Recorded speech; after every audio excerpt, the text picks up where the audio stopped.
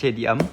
admin មានឡានថ្មីមក unboxing ជូនអ្នកទាំងអស់គ្នារំភើបធានាថា fan JDM ពេលដែលបានមើលឡាន model នេះហើយដឹងតែរំភើបចង់បានឡាន model នេះយកទៅតាំងហ្មងណាគ្រាន់តែឃើញឡាន model ភ្លាមជឿថាអ្នកទាំងអស់គ្នាដឹងថាឡាន model ហ្នឹងអីគេប៉ុន្តែ admin សូមជម្រាបឲ្យលម្អិតទាក់ទងនឹងឈ្មោះរបស់ឡាន model ហ្នឹងហើយជាមួយនឹង spec របស់វាឡាន model collector ទាំងអស់គ្នានេះគឺជាឡាន model Mazda Pandem RX-7 FC 3S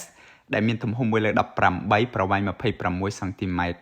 ឡានហ្នឹងគឺជាឡាន brand របស់ Ignition Model ដែលជា brand មកពីជប៉ុនណាអញ្ចឹងអ្នកដែលជា fan របស់ឡានជប៉ុនឡានហ្នឹងគឺសម្រាប់អ្នកទាំងអស់គ្នាបើអ្នកទាំងអស់គ្នាបានឡានហ្នឹងដាក់ចូល collection របស់អ្នកទាំងអស់គ្នា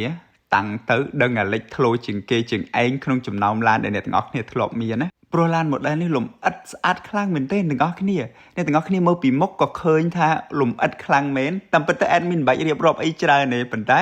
ដោយសារថាវាស្អាតខ្លាំងអញ្ចឹង admin រំភើបហើយចង់ចែករំលែកអារម្មណ៍រំភើបហ្នឹងនៅក្នុងវីដេអូហ្នឹងដែរពណ៌អស highlight ជាមួយនឹងពណ៌បៃតងហើយជាមួយនឹងអក្សរ Mazda ហើយនឹងលេខ7ហ្នឹងគឺជា iconic look ដែលធ្វើឲ្យអ្នកទាំងអស់គ្នាពេលឃើញហើយគឺចាប់ភ្នែកមើលឡានហ្នឹងចង់ដឹងថាវាមានអីពិសេសតទៀតណាអូនិយាយរឿងពិសេសតទៀតអ្នកទាំងអស់គ្នាបានឃើញយ៉ាន់ណានេះគឺជាយ៉ាន់ Pandem Original Mesh ការ៉េ6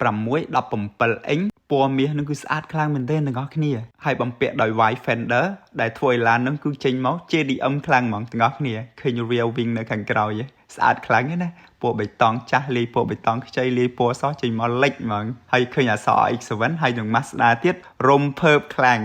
ឡាន model នេះបើយើងមើលខាងមុខស្រឡាញ់ខាងមុខមើលចំហៀងឆ្វេងស្រឡាញ់ខាងឆ្វេង